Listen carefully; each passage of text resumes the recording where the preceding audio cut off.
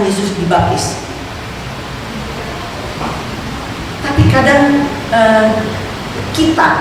ketika kita mungkin mengalami persoalan yang sangat berat, ketika kita dalam keadaan sakit parah, ketika kita dalam keadaan yang terjepit, kita kadang merasa kecewa. Kita kadang mungkin bertanya, Tuhan, kenapa Engkau belum menjawab aku? Kenapa permasalahan hidupku begini rumit? Sama seperti Yohanes di sini. Dia katakan, sampai dia berkata, Engkaukah yang akan datang itu, atau haruskah kami menantikan yang lain? Karena Yohanes Pembaptis ini, dia sudah melakukan apa yang Tuhan suruh. Dia sudah menyerukan pertobatan, dia membaptis banyak orang, bahkan muridnya juga banyak. Tapi kenapa dia masih mengalami persoalan, bahkan di penjara? Itu yang membuat dia kecewa. Di sini kita boleh belajar. Sebagai manusia mungkin kita bisa merasa kecewa, tapi kita harus ingat, Tuhan Yesus tetap mengasihi dia. Ya, Tuhan Yesus tetap mengasihi kita.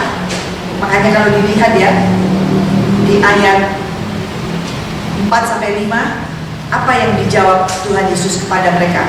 Pergilah, katakanlah kepada Yohanes apa yang kamu dengar, apa yang kamu lihat.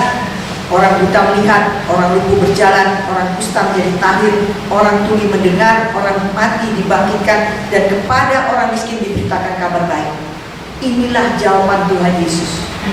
Artinya Tuhan Yesus bilang kepada murid-murid Yohanes, katakan kepada Yohanes gurumu bahwa akulah Tuhan. Intinya itu, ya, Tuhan melakukan mujizat. Jadi Tuhan Yesus cuma menjawab dengan perkataan ini.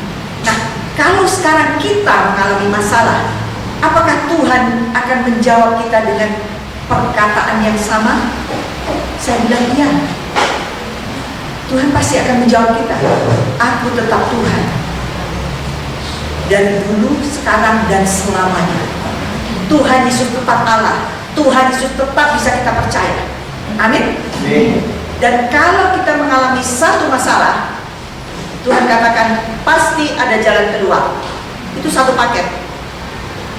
Kita lihat sebentar di 1 Korintus 10 ayat 13. Ayat ini harus selalu kita ingat ketika kita mengalami masalah, ya.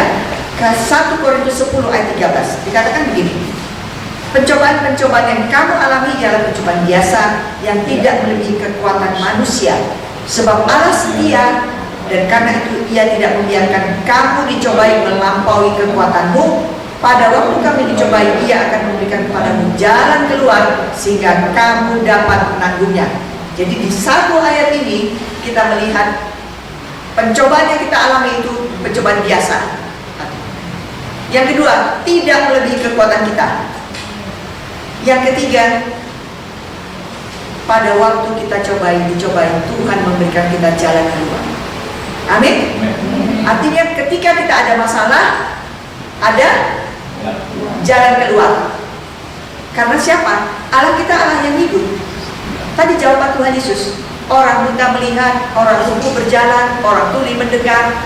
Itu kan jalan keluar yang dibuat Tuhan. Jadi kita jangan takut ketika kita mengalami masalah atau mengalami sakit penyakit atau persoalan hidup yang berat. Karena ketika ada masalah pasti ada jalan keluar.